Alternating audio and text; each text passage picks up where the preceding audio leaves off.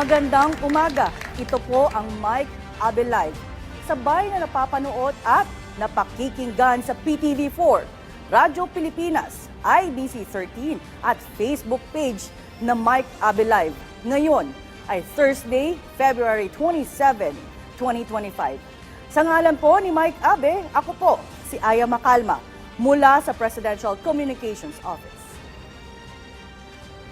At ngayong umaga ay kasama natin live dito sa studio si Undersecretary at Palace Press Officer Claire Castro mula rin po sa Presidential Communications Office. Magandang umaga, Yusek Claire. Yes, good morning, Aya, at syempre sa lahat ng viewers natin dito. Good morning. Welcome po sa PTV4 at sa Mike Abe Live. So, hindi ko na papahabain pa, ma'am, ang intro, ma'am. But I will go to the first question. Ano po ang bilin po sa inyo ni Pangulong Marcos nung nanumpa kayo nung Lunes, ma'am? Unang-una talaga ay dapat namin, hanggat maaari, although sabi natin hindi natin kakayanin in totality, na ma-eradicate yung fake news. Isa ito sa marching orders ni Pangulo na hanggat maaari islabanan ang fake news dahil sabi nga natin, kapag nabuhay tayo sa fake news, ano ba mangyayari sa buhay natin? Ano mangyayari sa bayan natin? So ito ay, kumbaga sa atin, magmumula kung paano natin mapapakita sa taong bayan na ito ay hindi totoo at ito ang katotohanan. Na-strategize nyo na ba ni Secretary Jay Ruiz at your team as well kung paano natin lalabanan ang fake news? Nag-i-start pa lang tayo, Okay. Miss Aya, no? And at the same time, napag-usapan din namin na talagang magkakaroon tayo ng fact-checker. Dahil sa bawat pagsasalita natin, dapat ay mayroong resibo. Dapat mayroong evidence para mapatunayan natin na itong sinasabi natin ay credible as compared sa mga pinagsasabi ng iba na walang ebidensya. So far, ma'am, I know it's just 4 days. Pero ano yung mga nagiging nakikita nyong balakid natin just so to prevent this fake news talaga, lalo na sa modern technology that we are having right now? Ang problema kasi natin ngayon siguro, Miss Aya, is maraming kumikita, okay, sa paglalahad ng fake news para maipabagsak ang sino mang tao. Hindi na ito matatawag na freedom of expression. Kasi troll na sila. May troll army. So pag sinabi natin may troll army, hindi nila ipinaglalaban yung freedom of expression. Kasi kumikita lang sila at dinidiktahan sila nung taong nagbabayad sa kanila. So ito ay nagiging sindikato ang dating para makapagpabagsak ng isang tao o ng isang organisasyon, babayaran para masira. Hindi ito freedom of expression. So yun ang pinakamatindi nating kalaban ngayon, dapat yan ay mapuksa. Speaking of that, ma'am, so paanong paraan naman natin mababalanse ang paglaganap naman ng mga ganyang klaseng pagbabalita, yung mga trolls, you mentioned, nababayaran sila. So how do we prevent this, yung mga tinatawag natin creators, social media influencers, napapanahon na ba na kailangan natin silang ma-regulate sa paglalahad nila ng kanilang content via online? Although meron tayong batas na patungkol sa cyber libel.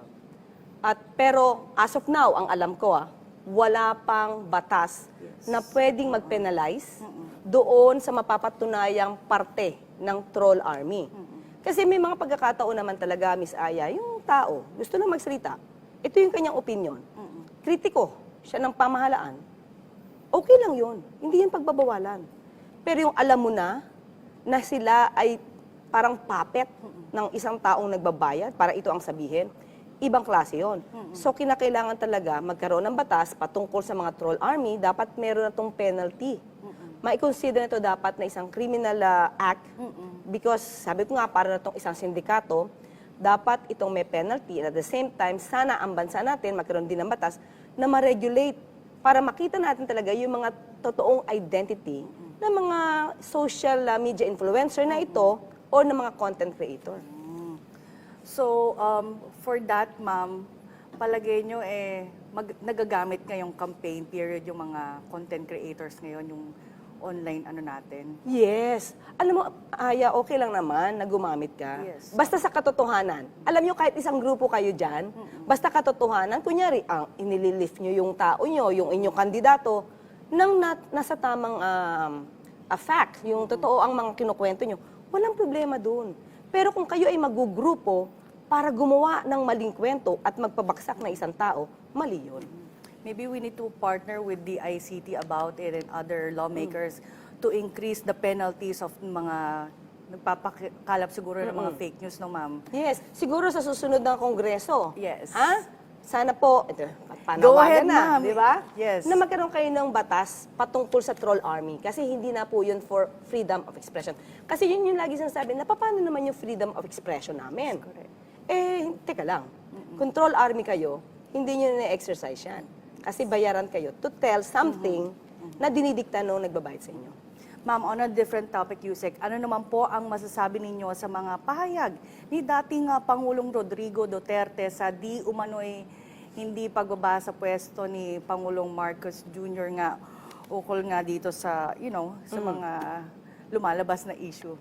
Unang-una kasi, sabi nga natin, lawyer ako, lawyer din naman si dating Pangulong Duterte.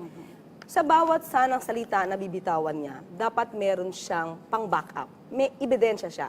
Ano ang mga nakita niyo na ebidensya na ganyan ang mangyayari? Okay? Lahat naman tayo hangga't maaari ay ayaw natin ng martial law na mapang-abuso. Okay? Basta mapang-abuso ng martial law.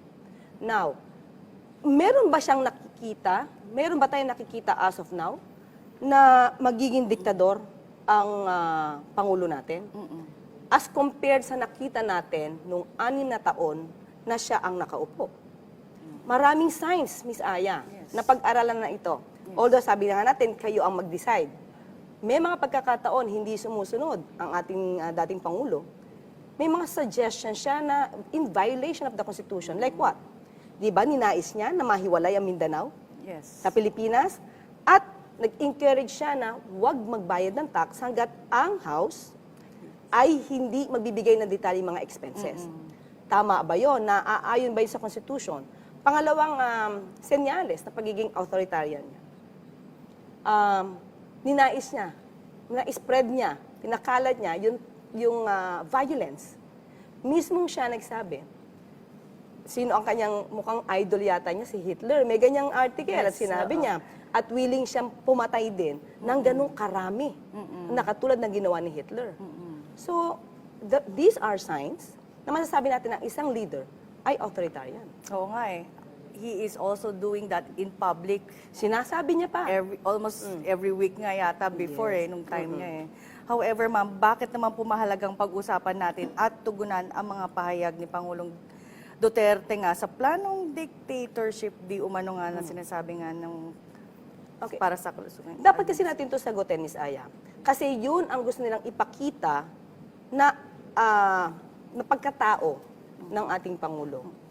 Nakakalimutan nila kung ano yung ginawa ng dating mga nakaraang administrasyon, especially tungkol sa EJK, kung saan siya mismo ang nag-i-encourage sa mga polis. Sinabi niya, inutos niya to, inamin niya naman. Sa mga suspects na nakikita nyo, encourage them to fight. So pag yan nag-fight, instead na iposasan mo, dalhin mo, pag in-encourage niyan to fight, ibig sabihin, ready kayong pumatay niyan. So pag ready kayong pumatay niyan, wala na kayong due process. So sino ang nagdidikta? And marami siyang nasagasaan ng mga, let's say, TV network. Okay? TV network. Sabi nga niya, kahit na ang House ay magbigay ng prangkisa o renew ang prangkisa ng ABS-CBN. Sabi niya, kahit meron niyang prangkisa, uutusan niya ang NTC. Ito naman ay hindi gawagawang kwento dahil na siya mismo nagsabi nito. Hindi niya papayagang mag-operate ang ABS-CBN. So, anong klase yon? Hindi ba pagdidikta yon? Bakit yung ma'am binabaliktad? Palagay ninyo, as a lawyer, abogado ma'am, bakit yung parang binabaliktad ngayon ni dating Pangulong Duterte yung nagiging sitwasyon ngayon na obvious naman na hindi yun ang nangyayari ngayon? Yun kasi ang gusto niyang ipakita sa tao para yung tao magalit. Pag nagalit ang tao, ang gusto yata nila is mag-alsa. Yun naman yung madalas nilang panawagan. Mag-alsa ang tao at binibigyan nila ng ganitong klaseng kwento. Ang sabi naman natin, kung magbibigay kayo ng ganyang klaseng kwento, just give us the evidence. Huwag yung puro salita lang. Kasi mahirap yan, lalo na pag intriga-intriga lang ang sinasabi. So far, wala pa naman sila napapakitang ebidensya, tama ba ako ma'am? Wala pa. Puro hearsay lang, no? Yes, kung may ebidensya siya, doon natin sasagutin na maayos. Ebidensya ka, O di titignan natin anong pwedeng i-counteract dyan or i-counter natin para malaman natin ng tao ano yung totoo. Yes. Okay. Maaari niyo naman po bang ipaliwanag sa amin ukol nga sa usapin ng gold reserve na kung saan inaakusahan ang dating pamilyang Marcos sa pag-aangkin nga ng mga ito o sa mga allegedly nga pagbebenta nga ng mga gold reserve. Please enlighten us, Yes. Yusek. Alam mo kung gagamitin natin talaga ang pagsusuri, pag-aaral, imposible kasi nasabihin na may pagnanakaw ng ginto. Tandaan natin, nung panahon ni dating Pangulong Duterte, merong naiya sa batas kung saan ini-encourage nila yung mga small miners na magbenta ng ginto sa Bangko Sentral. Kasi tax exempt siya. Oo. So yun yung pang-encourage. Now, dadami ang ginto natin because yung mga small miners magbebenta niyan sa BSP instead sa black market. So ito mga ginto na to na nabili, no, from the small miners, hindi yan pwedeng i-imbak lang yan. Hindi siya magiging liquid, so paano mo yung ipapautang sa mga investors? So kinakailangan talaga regular strategy, routine strategy ng BSP na magbenta ng ginto para pag naging cash yan, naging liquid yan, ipapautang nila yan sa investors. You cannot lend gold sa mga investors. Dapat liquid yan, dapat cash yan. Now, kahit nung panahon ni dating Pangulong Duterte, alam niya dapat ito na ang BSP nagbebenta ng ginto. Pakicheck niyo po, noong 2020, sinabi po ni Governor, at that time, Governor Benjamin Diokno, na ready sila to trade. Yes. So pag sinabi natin trade, ano yung trade? Buy and sell. Oo. So dapat alam to ni dating Pangulong Duterte. So bakit ngayon nagtataka siya na nagbebenta ang BSP ng ginto? Kailangan yan to pump up the economy at magamit para sa mga investors. At pag iutang niya, na ipautang si investors yan, definitely kikita yung BSP. May interest yan na pagbayad eh. Oo. Pero ma'am, what do you think na ano yung nag-udyok kay dating Pangulong Rodrigo Duterte na sabihin yan sa current administration ngayon? Meron ba kayong nakikitang, Kung ba't niya nasabi? oo. Unang-una, kadalasan kung mapapansin nyo, lahat ng mga sa speaking engagement niya, halos lahat ang topic niya ay EJK, Yes. war on drugs. Lagi, halos. Wala siya masyado binabanggit tungkol sa ekonomiya. So most probably, hindi niya masyadong alam ang trabaho, ang nangyayari sa BSP patungkol sa gitong klaseng pagbebenta ng gold. At tandaan natin, hindi lang gold ang parte ng reserva, ang reserba, no, yung gold reserves. Hindi lang to. Kasama dyan ang cash, kasama dyan ang assets, and gold. So, hindi pababayaan ng BSP na yung gold reserves natin ay maliit lang, na siyang ikababagsak ng ating ekonomiya. Hindi ganun. So, dapat yan aralin muna bago magsalita. Meron ba kayong nakita mga ebidensya na baka sila ang nagbenta ng gold nung panahon niya nung namumuno siya bilang Meron presidente? record ang BSP. Sabi nga natin, regular tong ginagawa. So may record din na malaki din ang na-event nilang ginto. If you want, they can get it from the Okay. BSP. Nagbenta po, ng panahon ni dating Pangulong Duterte, nagbenta po ng ginto rin.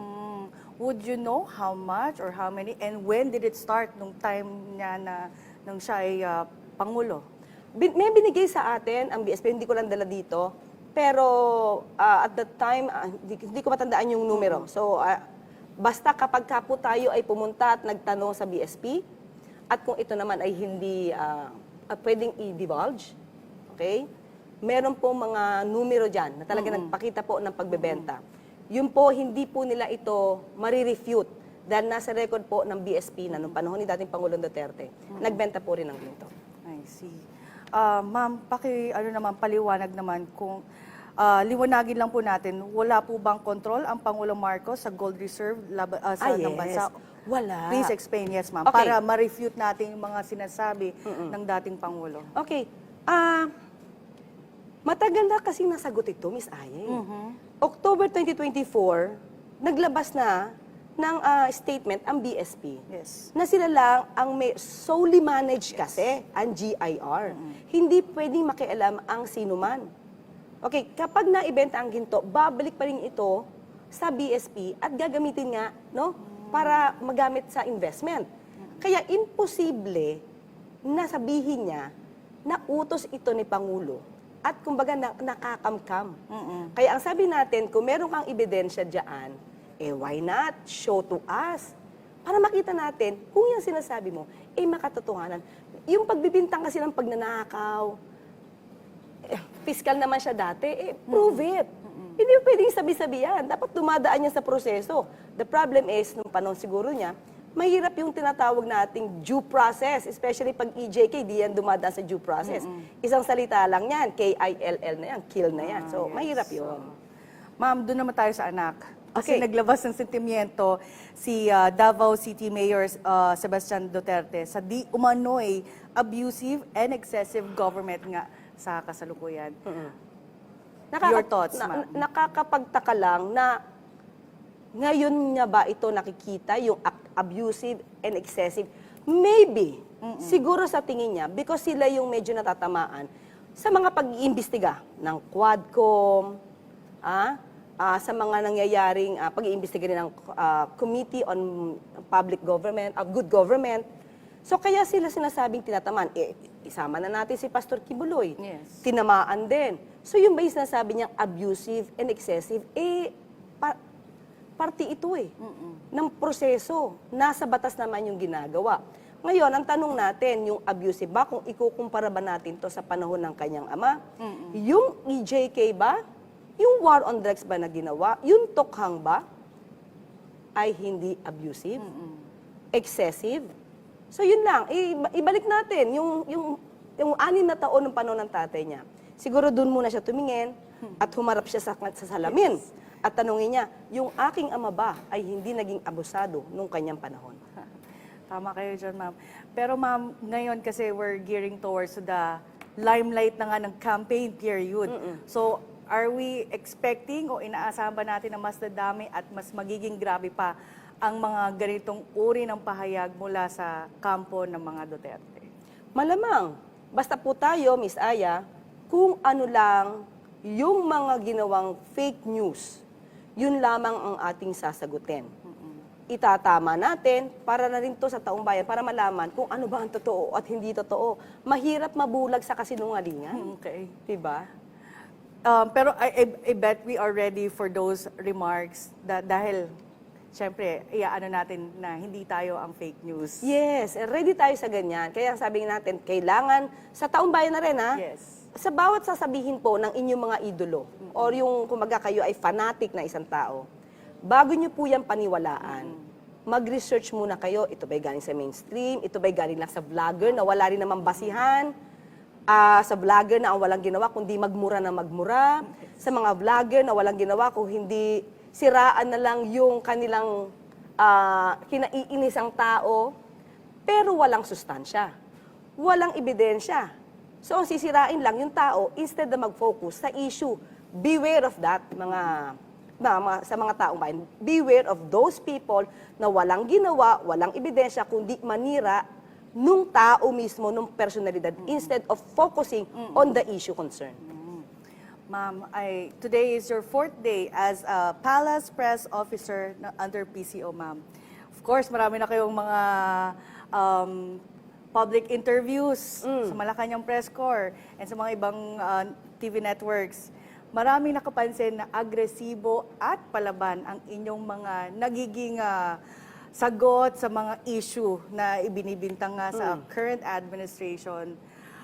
Kayo, ma'am, ano pong masasabi niyo sa mga pahayag na to na attack dog daw kayo ng palasyo? Attack dog ba? So, can you, yes. Attack dog ba matatawag? Yung dumidepensa lang tayo. Sino ba yung nauna? Kasi may issue. Okay, pag may issue tungkol, the president is gearing towards dictatorship, paano ito sasagutin? Yes. Magpapaka, ay sorry po. So, hindi ako yon hindi tayo ganon. So, at tayo ang gagawa ng mga sagot na tamang sagot. Ididepensa lang natin, hindi naman ito pagdepensa lang sa Pangulo. Hindi lang ito pagdepensa sa palasyo. Pagdepensa ito para sa katotohanan. Yun naman lagi Kasi pag hindi natin ito sinagot ng naaayon sa katotohanan, sabi ko nga, mabubulag tayong lahat.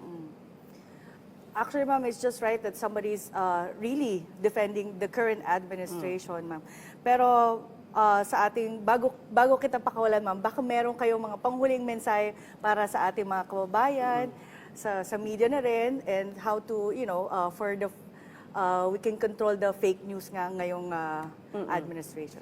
Well, unang-una, syempre, sa mga kababayan natin dyan, gusto natin na samahan niyo po magsama-sama po tayo, okay? Na magdasal para magkaroon tayo ng tamang pagtingin, pag-i-evaluate, pag-a-assess kung ano ang tama at kung ano yung fake news. Marami na po tayo magagamit. Pwede tayo mag-research kung ang sinasabi ng taong ito ay may katotohanan. Yun lang po yung dasal natin. Kailangan talaga natin ng tamang patnubay. Huwag po tayong basta-basta maniniwala at huwag niyo po sanang iidolo yung mga nagvo-vlog na puro mura, walang sustansya, walang laman kung hindi magmura at manira ng personalidad ng tao. Wala po kayong matututunan doon kung hindi magmura lamang. At kumbaga yung inyong intelligence e bababa po. So yun lang po ang dasal natin. Basta po tayo, sabay-sabay tayong babangon. Sabay-sabay tayong bumangon sa ganitong klase mga estratehiya ng mga taong gustong magpabagsak sa pamahalaan. Maraming salamat. At you're always welcome here at PTV4 para labanan nga natin ng fake news, ma'am. Yes. Thank you, Yusek Claire. At yan po, nakapanayan po natin si Undersecretary at Palace Press Officer Claire Castro. At ma'am, thank you for your time. Thank you, Ms. Aya. Samantala, manatiling nakatutok at magbabalik pa rin ang Mike Abelay.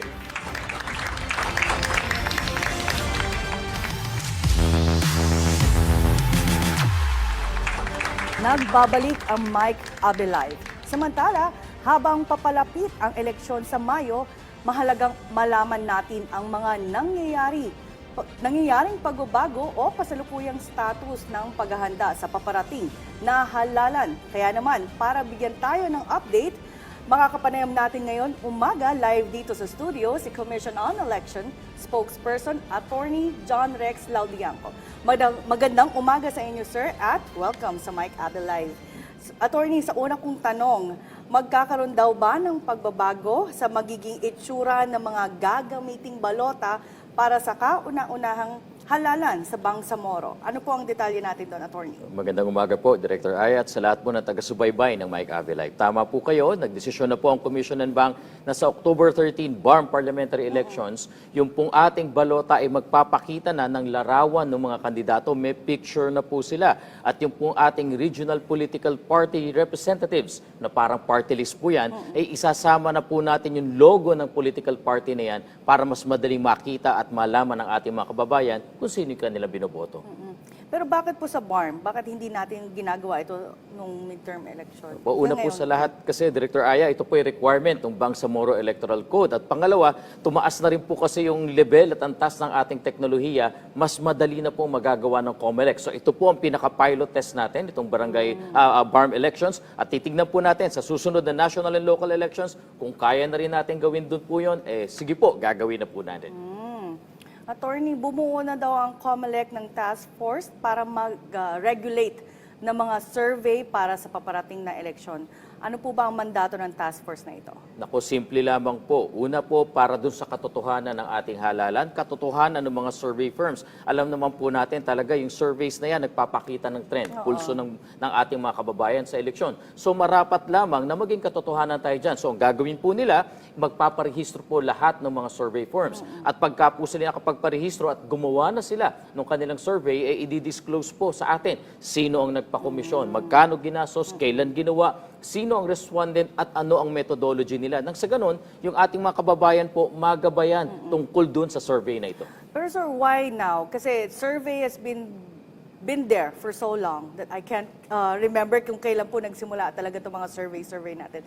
But why now? Were you able to get probably an evidence na gano'n nga yung kalakaran sa mga survey? Ay opo, nakita po natin ngayon na naglipa na po yung survey, lalo na po sa ating social media channels, sa internet, na maaring hindi natin malaman, totoo ba yung survey na ito? Sino yung respondent nila? Sino yung nagpakomisyon? Kasi nakikita po natin, nagkakaiba-iba at napakalalayong ng survey. So marapat lamang po sa pagsusulong ng Fair Elections Act at sa kapangyarihan ng COMELEC, i-regulate na natin, bigyan natin ng katotohanan ng impormasyon ng kababayan natin, magabayan po sila tungkol sa bagay na ito. Sir, itong task force na to, this campaign period, midterm election nyo sinusimulan o next year o next election? Nagsimula na po Nagsimula sila na. magtrabaho. In fact, mamayang hapon po ay meron na pong dialogo at pag-uusap dun sa mga survey firms. At ito nga po ang sinasabi namin ni Chairman Garcia, hindi po ito pahirap sa survey firms. Ngunit kundi magdadagdag pa nga po ito ng kredibilidad dahil pag naipakita po yung detalye, ilalagay pa namin sa aming website. So malalaman ng ating mga kababayan,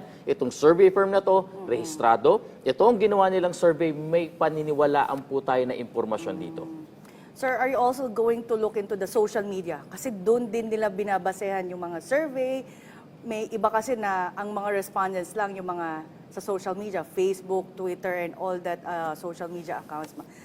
Have you also looked into the social media accounts? Kung meron nga ding, kasi dapat ang mga survey is personal, di ba po? Para to check na legit talaga yung taong yon. Tama po, isinama rin po sa resolusyon na pati yung surveys na gagawin sa social media ay kasama at nabalangkas dito sa ating regulasyon. Kasi nga po, ang nakita namin ngayon, bukod sa traditional media, ay marami po talaga gumagawa sa social media. Kaya talagang tututukan po natin yung mga ganitong activities sa social media. In case, sir, after your investigation, kung itong mga survey companies nga na to na hindi legit, what are the penalties for this one? Mahigpit po ang tagubilin. Ang pwede lamang pong mag-conduct ng election survey ngayong election period mula January 12 hanggang June 11 po ay yung makapagpaparehistro. Kung magkakandak po ng survey na hindi rehistrado, ay kakasuhan po namin sa paglabag ng Fair Elections Act. At ito po ay kasong kriminal, election offense po ito.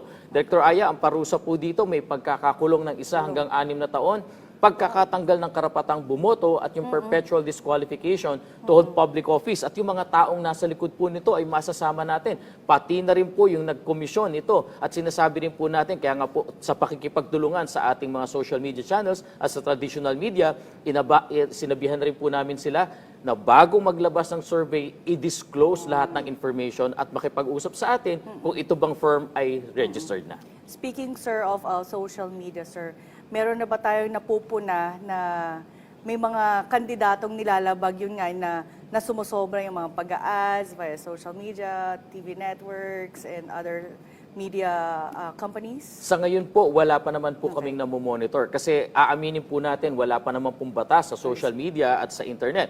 Ang binabantayan po natin dito, una, yung expenditures. Pangalawa, yung pagkakalat ng mga fake news, disinformation, misinformation. Yun naman pong pagdating sa mga ads, pagbabayad, yung boostings at yung mismong direktang political ads na ire-report naman po sa amin ng SOCMED channels na partner po namin. Yung tungkol naman po sa mga disinformation, ay katuwang po natin din ng platforms pag-monitor po niya. At higit sa lahat, ang taong bayan, kumakatok po kami sa inyong puso, ipagbigay nyo, alam nyo po sa amin kung meron po kayo nakikita ng mga fake news dyan sa social media. Attorney, isa din pong issue ngayon ay ang tungkol sa isang party list group na nagpaparaffle di umano ng mga brand new cars. Kamusta na ang investigasyon ukol dito, sir? Opo, sumusulong na po ang investigasyon ng ating Committee on Kontrabigay na pinamumunuan po ni Commissioner Ernesto Ferdinand P. Macedo Jr. Nung bago nga po itong issue na to, meron na po silang 4 na iniimbestigahan at ito na nga po yung magiging ikalima, I think, na imbestigahan po nila. Makakaasa po kayo na i-disclose po lahat ng COMELEC ang information pag natapos ang investigasyon natin ito. Kung sakali man po magkaroon talaga ng probable cause para po kasuhan namin, dalawa po ang pwede mangyari dito. Una, election offense. Again, yung may pagkakakulong dahil po tinatawag natin na vote buying. Section 261A ng Omnibus Election Code. Ikalawa, yung pong administrative na kaso natin na disqualification dahil lumabag po sila sa Section 69 ng Omnibus Election Code na gumamit po ng pamimigay ng pera o anumang bagay na may halaga to solicit or to corrupt the voters. Ganyang kabigat po ang maaaring mangyari dito. So anong panawagan nyo ngayon sa mga kumakandidato, not just here in Metro Manila, kasi talamak yan madalas sa mga local, sa LGU, sir.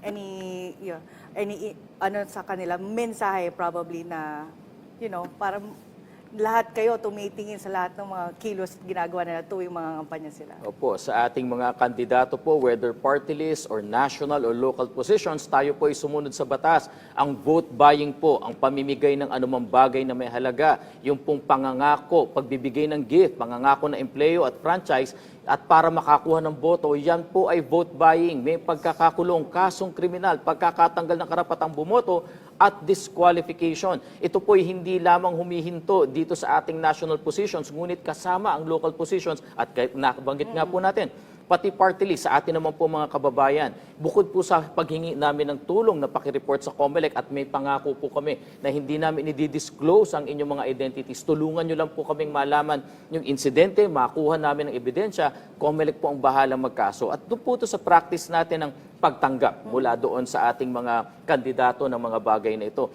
Alam nyo po, ang nakikita namin, pag kayo po ay tumanggap, maaring magpunan yung pagkalam ng inyong sikmura ngayon. Pero bukas, pag sila'y nahalal na, tingin ko po, hindi na kayo kilala ng mga yan. At mahigit 10 beses pong babawiin sa kaba ng bayan yung kanilang nagastos. Kaya siguro po, pagka ganyan nangyari, wala tayong karapatang magreklamo. Bakit walang tubig, walang kuryente, sira ang kalsada. Panahon na po para wakasan ito.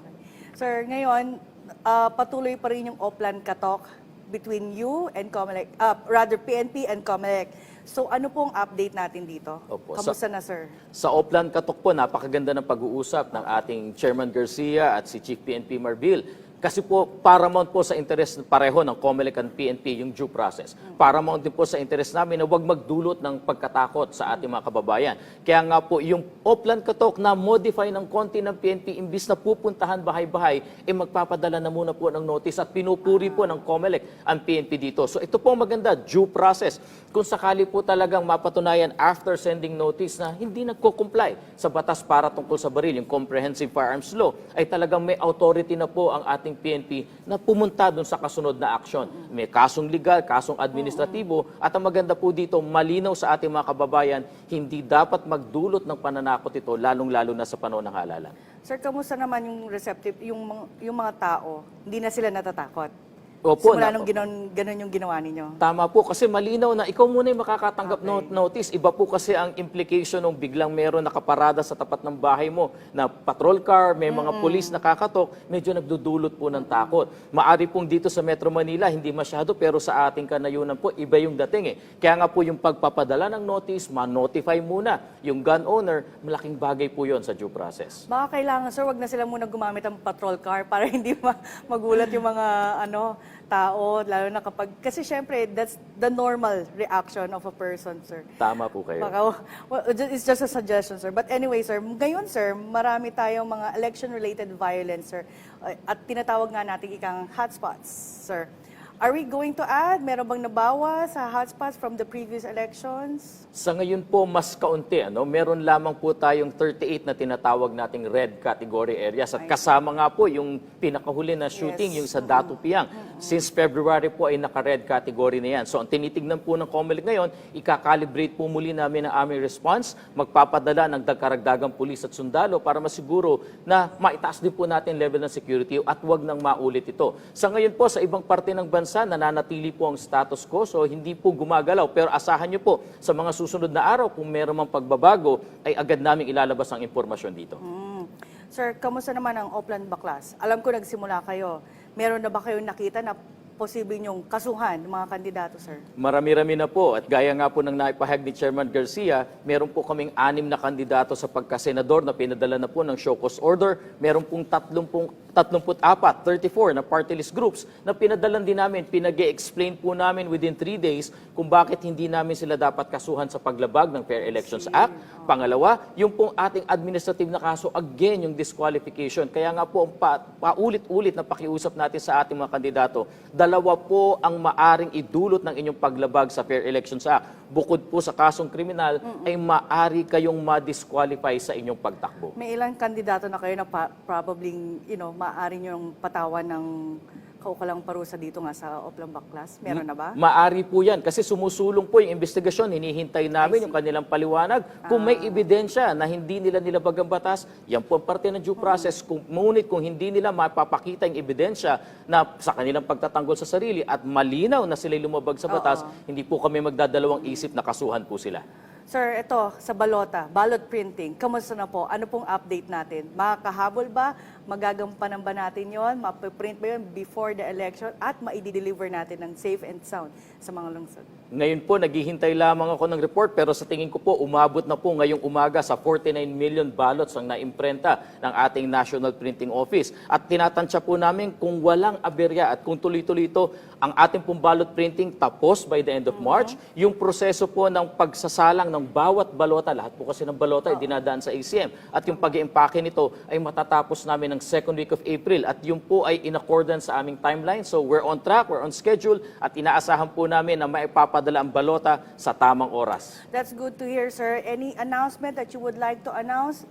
Welcome po ang PTV, ang state media para sa inyo at of course ang PCO, Presidential Communications Office. Pero sa panghuli, ano po ang mensahe niyo sa ating publiko? Maraming salamat po. Dati na pong nakakagawian nating sabihin na bantayan ng COMELEC. Hindi na po yan ang hiling namin po ngayon, kundi samahan niyo po ang COMELEC sa lahat ng paghahanda dahil kung makikita niyo po ang ballot printing, ang ballot verification, pati nga po yung packing namin, lahat ng activities po ay nila-live stream namin at binubukas po namin sa ating mga media para ma-cover. So tuloy-tuloy po ang pagsama sa COMELEC. Asahan niyo po sa mga susunod na araw at linggo ay yung pagte-training ng ating mga teachers, yung certification, yung testing ng DOST at higit sa lahat po, yung pagpasok po ng ating source code sa Bangko Sentral ng Pilipinas. Ide-deposito po natin yan. At higit sa lahat po, sa ating mga kababayan, ito na po ang panahon para magsuri para sa ating halalan. Nandyan po ang lahat ng impormasyon. Kung may katanungan, pumunta po sa COMELEC at magtanong lamang. Maraming salamat po.